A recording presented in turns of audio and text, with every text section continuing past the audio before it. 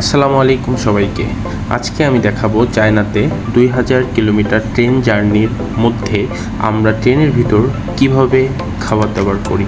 আর ট্রেনের মধ্যে এই কামরায় যাদেরকে দেখতে পাচ্ছেন তারা সকলেই আমাদের কোম্পানির। মূলত চায়নাতে এইসব ট্রেনের ভিতর খাবার দাবার সহ সকল কিছুর অ্যারেঞ্জমেন্ট থাকে। আপনি যদি ওখানে ড্রিঙ্কস করতে চান ড্রিঙ্কস পাবেন, আপনি যদি ওখানে ঘুমাতে চান আপনি ঘুমাতে পাবেন, এভরিথিং ট্রেনের ভিতর আছে। আমার খুবই ভালো লাগে চায়নাতে লং ট্যুরের সময় ট্রেনে ভ্রমণ করতে। আর ট্রেনের সমস্ত স্টাফ অনেক ফ্রেন্ডলি। আর আরেকটি ব্যাপার হচ্ছে ট্রেনের ভিতর যে সমস্ত খাবার সেটার দাম কিন্তু বাইরের তুলনায় একদম বেশি না। আর আমার এখানে যে সমস্ত খাবারগুলো দেখতে পাচ্ছেন সবগুলোই হচ্ছে হালাল খাবার, স্পেশালি আমার জন্য নেওয়া হয়েছে এবং খাবারগুলো অনেক সুস্বাদু ছিল। ধন্যবাদ সবাইকে।